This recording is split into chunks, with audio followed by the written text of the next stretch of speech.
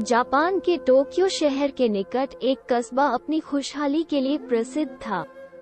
एक बार एक व्यक्ति उस कस्बे की खुशहाली का कारण जानने के लिए सुबह सुबह वहां पहुंचा। कस्बे में घुसते ही उसे एक कॉफी शॉप दिखाई दी।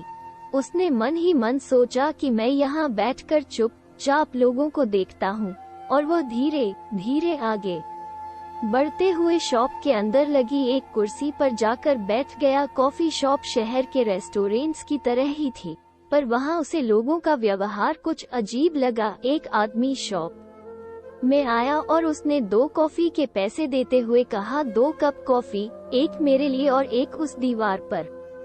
व्यक्ति दीवार की तरफ देखने लगा, लेकिन उसे वहाँ कोई नजर नहीं आया।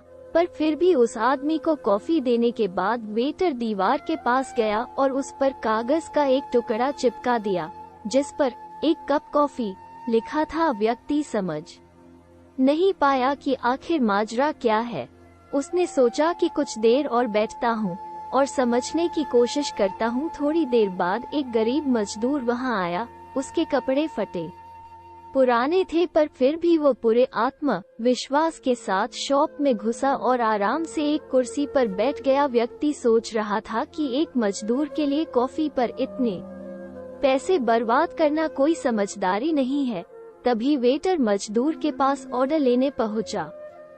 सर, आपका ऑर्डर प्लीज, वेटर बोला। दीवार से 1 कप कॉफी, मजदूर ने जवाब दिया। वेटर ने मजदूर से बिना पैसे लिए 1 कप कॉफी दी और दीवार पर लगी ढेर सारे कागज के टुकड़ों में से 1 कप कॉफी लिखा एक टुकड़ा निकालकर डस्टबिन में फेंक दिया। व्यक्ति को अब सारी बात समझ आ गई थी। कस्बे के लोगों का जरूरतमंदों के प्रति यह रवैया देखकर वो भाव विभोर हो गया। उसे लगा, सचमुच लोगों ने मदद का कितना अच्छा तरीका निकाला है, जहां एक गरीब मजदूर भी बिना अपना आत्मसम्मान कम किए एक अच्छी सी कॉफी शॉप में खाने पीने का आनंद ले सकता है। अब वो कस्बे की खुशहाली का कारण जान चुका था और इन्हीं विचारों के साथ वापस अपने शहर लौट गया।